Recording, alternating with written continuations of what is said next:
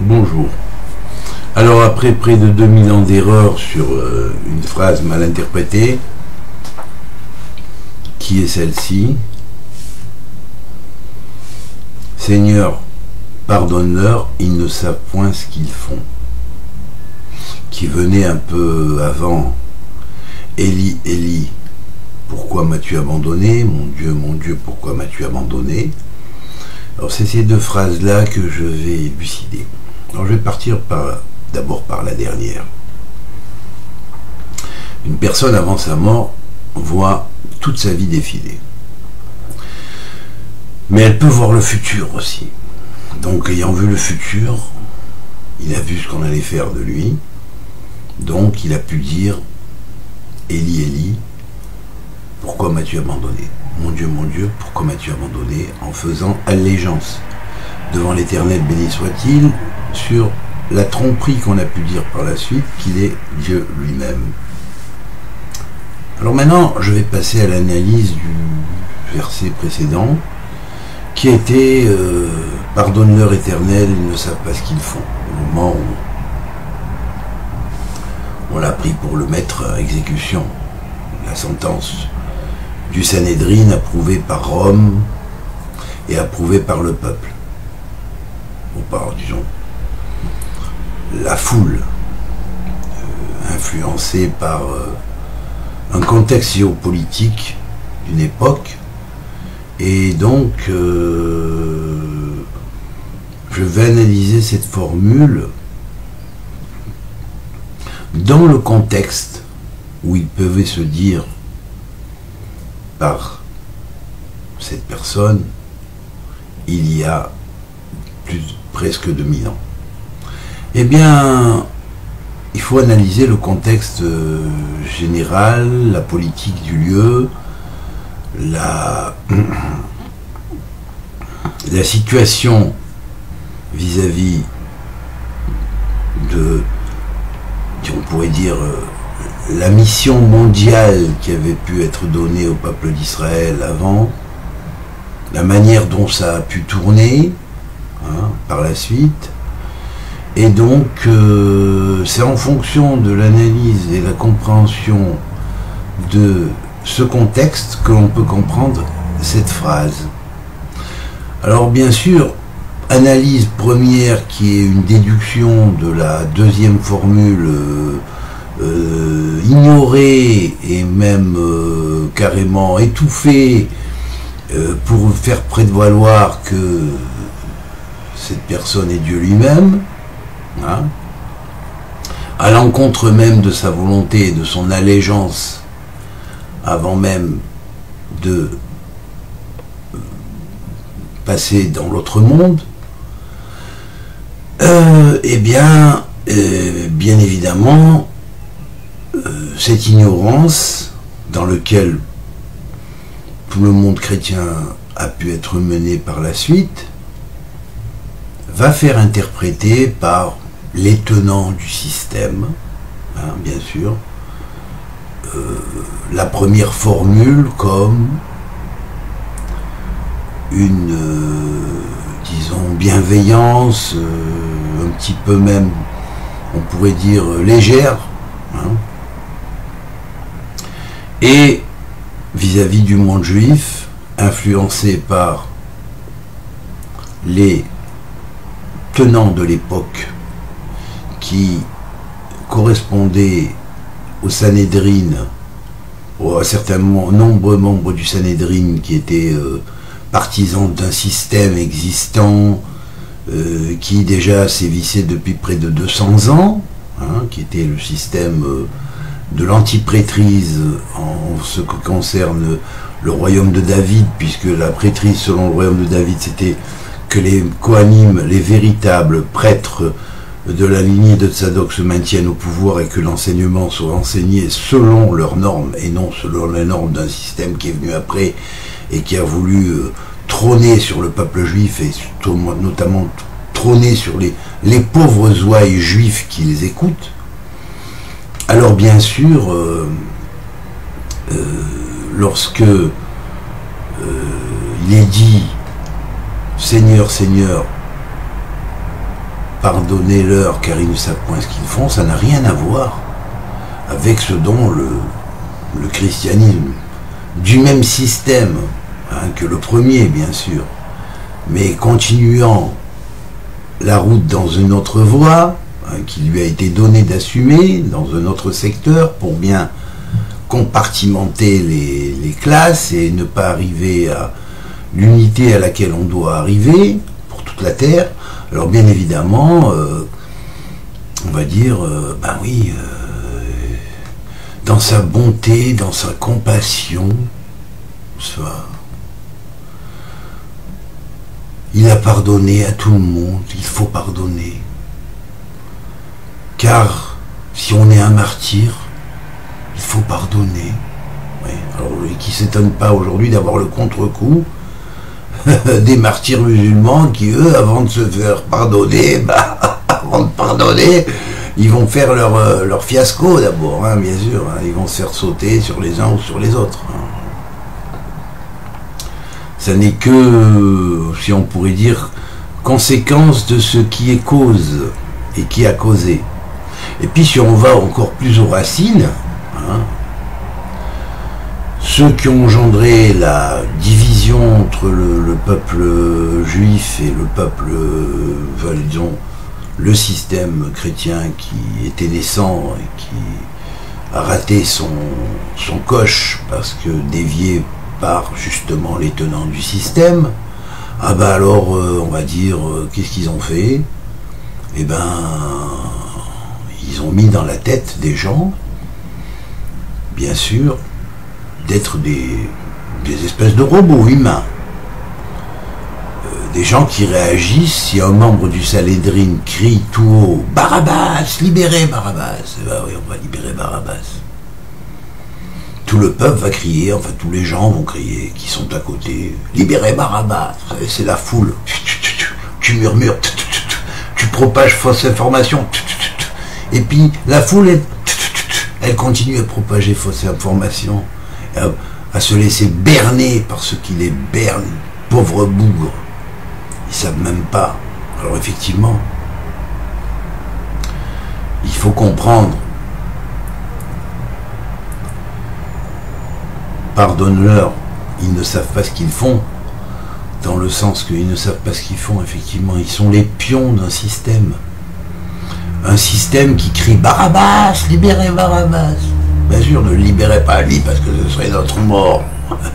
Il mettrait à mort notre système. Il mettrait l'unité d'Israël, il ferait l'unité d'Israël, il rétablirait le royaume de David tel qu'il était à l'origine, avec les vrais prêtres au pouvoir, puisqu'il a lui-même été enseigné dans les écoles esséniennes, comme son cousin d'ailleurs Jean, qui est Rabbi Yochanan, l'un des Rabbi Yochanan, et puis il y en avait un autre, qui était le Rabbi Yochanan du Sanhédrin. Eh bien, bien sûr, ça aurait perturbé beaucoup de choses. Ça aurait empêché peut-être de faire 2000 ans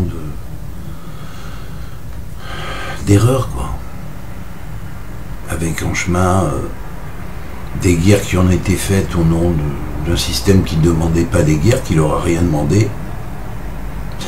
Tout comme ce qui est venu après, c'est pareil, il n'a rien demandé à ceux qui font la guerre en son nom aujourd'hui d'aller faire les guerres. Les guerres, c'était le djihad interne. C'était le combat contre soi-même, le grand djihad, disons, pour certains. Ben voilà. Voilà, vous voyez. Alors bien sûr, pardonne-leur, ils ne savent pas ce qu'ils font.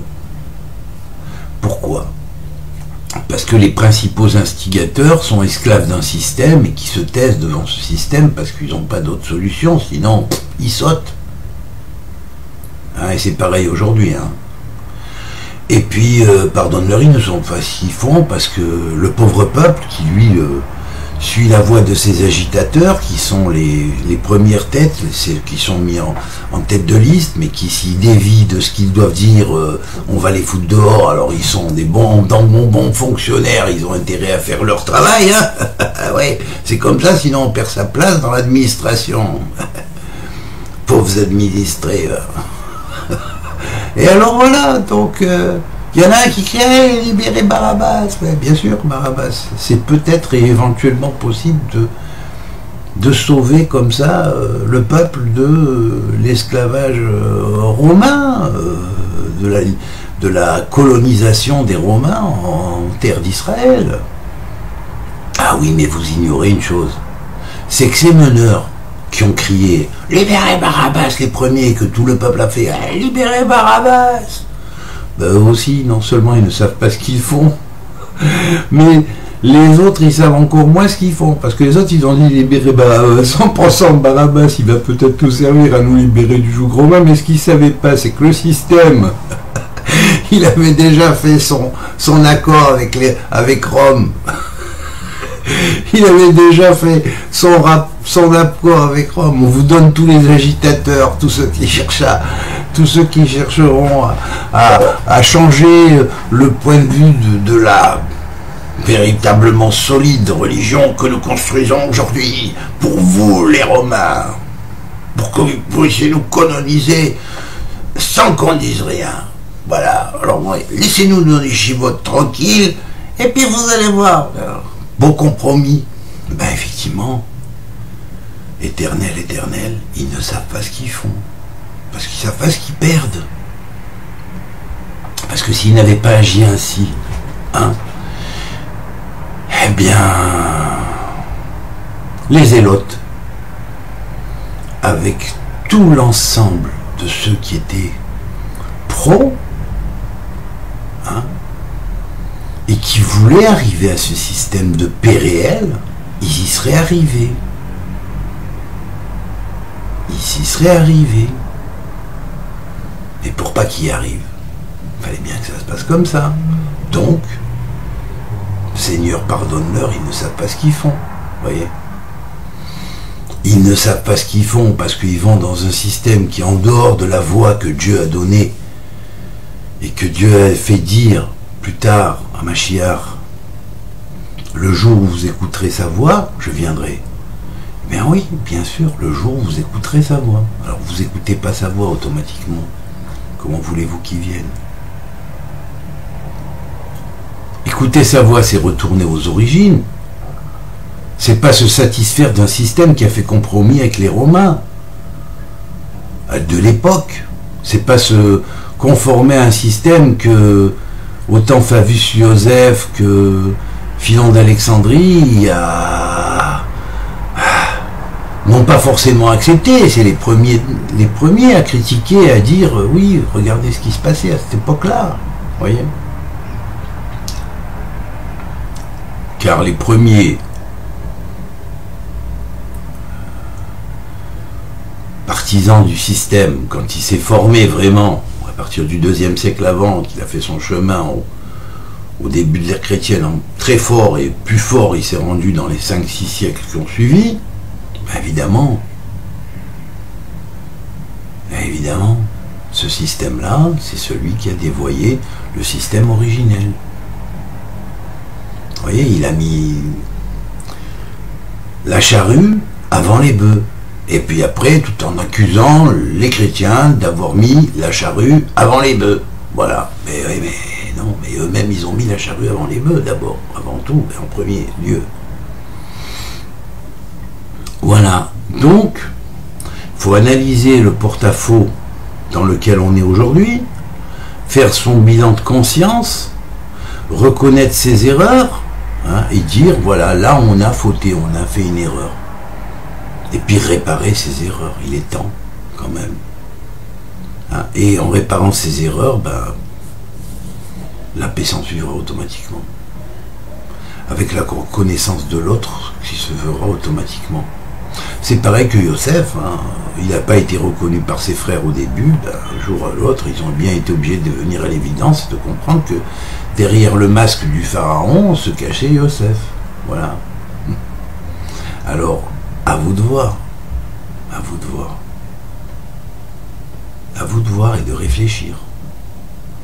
Et de enfin faire la paix, d'abord dans la famille, hein, et ensuite, en dehors de la famille, l'étendre sur son quartier, sur sa ville, puis sur sa ville, sur son pays, puis sur son pays, sur tous les pays du monde. Et voilà, comme ça, il y aura la paix partout, dans le monde, avec des hommes qui se respectent les uns les autres. au lieu de se faire des polémiques de clocher pour des mauvaises interprétations faussées, parce que on est très loin de l'interprétation initiale qui était celle des Kohanim Ben Tzadok. C'est tout. Ça fait une différence, ça fait une grande différence dans l'interprétation. Mais elle est fondamentale, parce que ce genre de différence, elle change la face du monde. Vous comprenez ce que je veux dire? Voilà, c'est tout. Alors donc, pour ces deux phrases, la première c'est « Mon oncle, mon Dieu, pourquoi m'as-tu abandonné ?» qui en fait enlève toute idée de prétention à être Dieu lui-même. Et la deuxième est donc la deuxième qui était avant et qui l'a précédée, qui est donc « Mon Dieu, pardonne-leur, ils ne savent pas ce qu'ils font ». Avec ces deux phrases, dont l'interprétation a été volontairement faussée, on a pu manipuler une bonne partie de l'humanité durant près de 2000 ans. Pauvres juifs, pauvres chrétiens, pauvres humains trompés et déviés du sens réel de la signification de ces mots qui ont entraîné et engendré des mots M-A-U-X, au lieu d'être des mots M-O-T-S, mais des mots du verbe.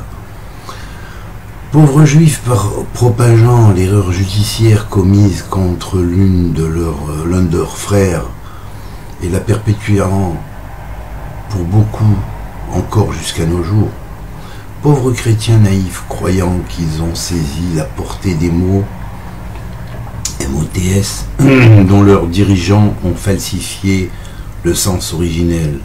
Pauvres humains noachides et êtres humains qui s'aventurent comme des pauvres bougres sans gourde dans la traversée du désert. Pauvre humanité qui ne sait pas se remettre en question et qui ne se fie qu'aux apparences souvent si trompeuses. Bonne réflexion à tous pour clore définitivement et bonne décision de réparation. Voilà, c'est ce que je souhaite à tous, ceux qui entendront cette chose-là, et merci beaucoup, que Dieu vous bénisse. Prenez des bonnes décisions.